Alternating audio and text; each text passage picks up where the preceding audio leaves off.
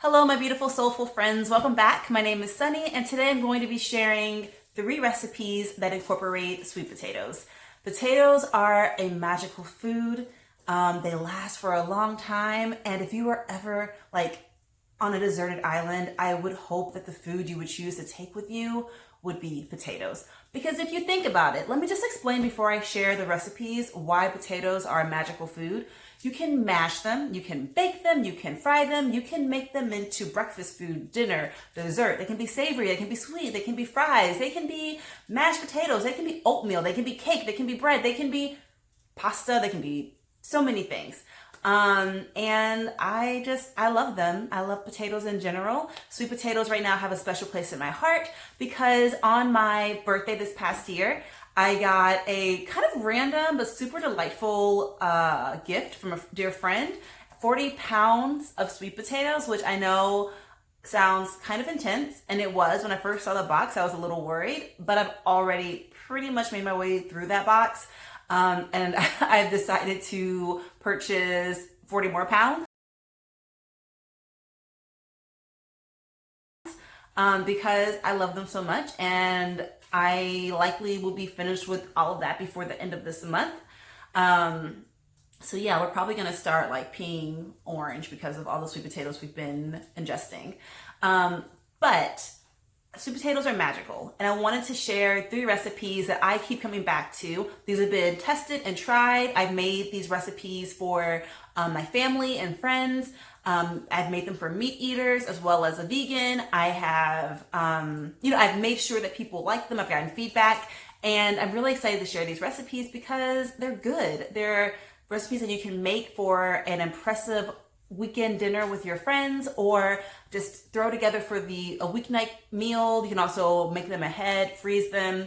And the sweet potato casserole is one of them, which I think is really nice because you can make it for Thanksgiving this year.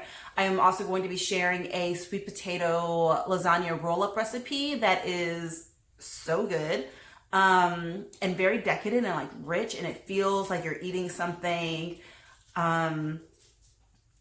just super good. Dare I say gourmet.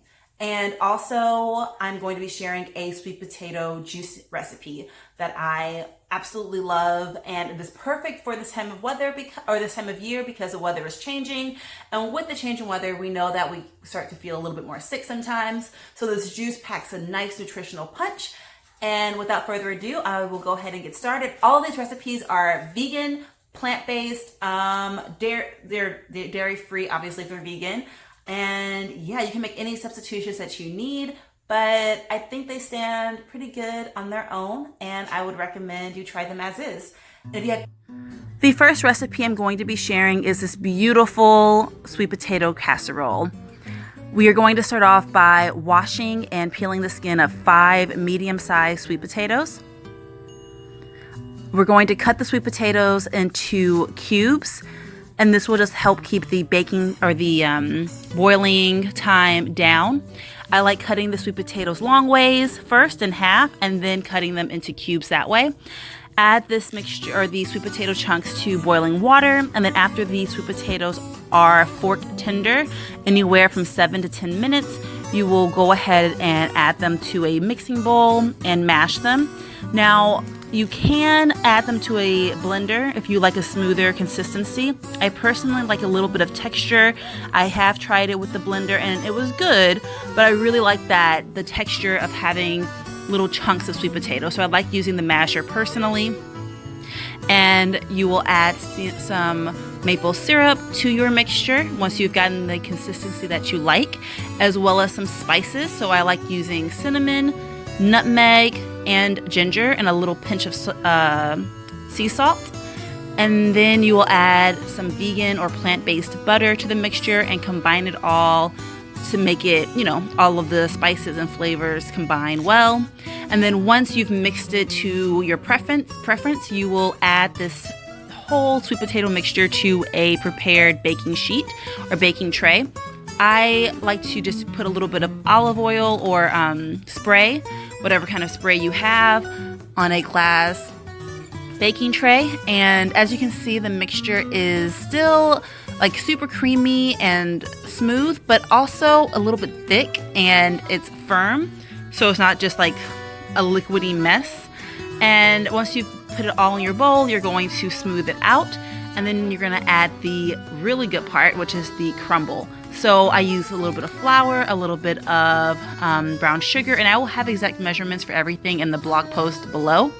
I also add some crushed pecans and some vegan butter.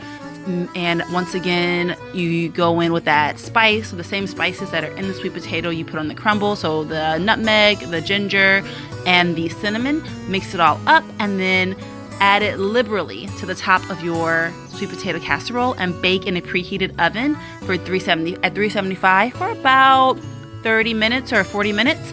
And as you can see, this is such a beautiful, beautiful color once it comes out of the oven.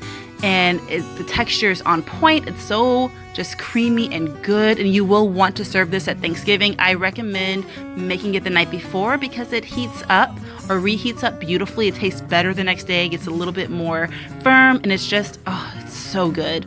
I hope that you make this. The second recipe we're going to be making is the sweet potato lasagna roll-ups. Anytime you have roll-ups, I think it just amps up the fancy factor.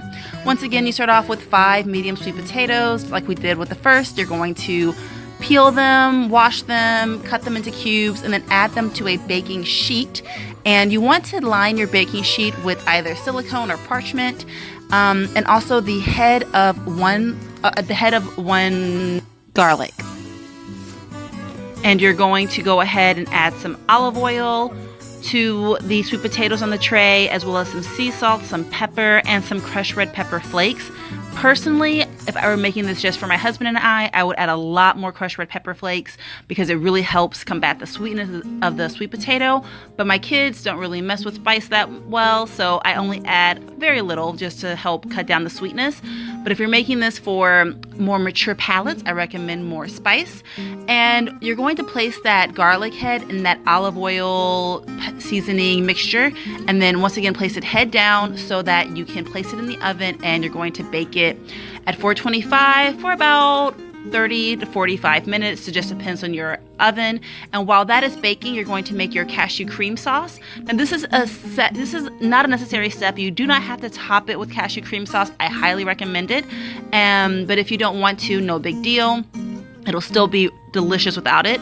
However, to a blender, you're going to add cashews, some cashew milk, some nutritional yeast, and spices. I like using, once again, salt, pepper, and you're just going to blend it all up until you get a super, super creamy consistency. After that, once your potatoes are finished, you are going to let them cool down and then add them to that same blender that you had your cashew cream. And if you made the cashew cream, and if you didn't, just add it to a clean blender or food processor. And you're going to add the sweet potatoes, some plant-based milk. I use almond milk because I was out of cashew. And your sweet potatoes are already seasoned, so you don't have to add anything else. And you're just going to blend it all up. You want a smooth consistency. And once you are ready, you're going to add your the sweet potato mixture to cooked lasagna rolls or sheets, and just spoon it over evenly, and use some, or over the lasagna with the sweet potato, you add in some spinach and you roll them up. I recommend placing them face down or top down. So see how I added that first one in? I should have actually flipped it, but I did not. So the second one I did, and I'm adding them into a baking sheet. Once again, I put a little bit of some pasta sauce on the bottom. I made this pasta sauce, but to keep it short, I would recommend just, if you like a store-bought one, feel free to use that. And then once you've added all of your lasagna roll-ups into the tray, you spoon over the pasta sauce. And then if you're using cashew cream, I recommend at this point adding it on. If you're not, don't worry about it. Bake it in the oven for about 30 minutes. It doesn't take that long at 350. And you're gonna get a beautiful, delicious roll up. Put it on your plate or drop it like I did. And yeah, it's so, like, I don't even know, it's so good. There's so many flavors, and it's just a super just fall delicious dish. Highly recommend. The last and final recipe is my sweet potato juice recipe. This one is one of my favorites. It's a great way to start the day.